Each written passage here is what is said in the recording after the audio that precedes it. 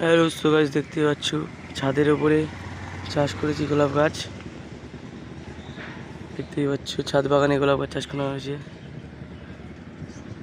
এই নর্মালি ওটা গোলাপ ছিল, আর এটা হচ্ছে বাংলাতে বলা হয় হাজারি গোলাপ।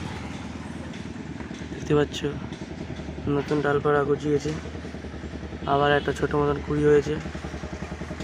দেখতে পাচ্ছ, আমি মনে করছি এই ডালটা মনে হয় শুকিয়ে যাবে, কিন্তু না, এই পাশ থেকে ছোটো ছোটো কি ভর্তি বেরিয়েছে। দেখতে পাচ্ছ এই একটা কুড়ি হয়েছে, আশা করছি 2-3 দিনের মধ্যে এটা ফুটে যাবে ফুলটা। এই একটা গোলাপ গাছ দেখতে পাচ্ছ, এইটা হচ্ছে হলুদ কালারের গোলাপ গাছ।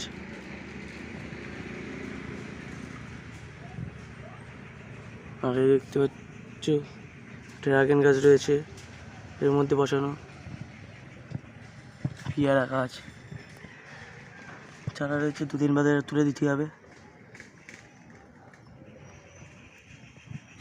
আর এটা রয়েছে টাইম ফুল গাছ, অফিস টাইমে ফুটে পুরো ঠিক 10টার দিকে। এই সমস্ত কুড়ি দেখতে পাচ্ছ 10টার দিকে ফুটে যাবে।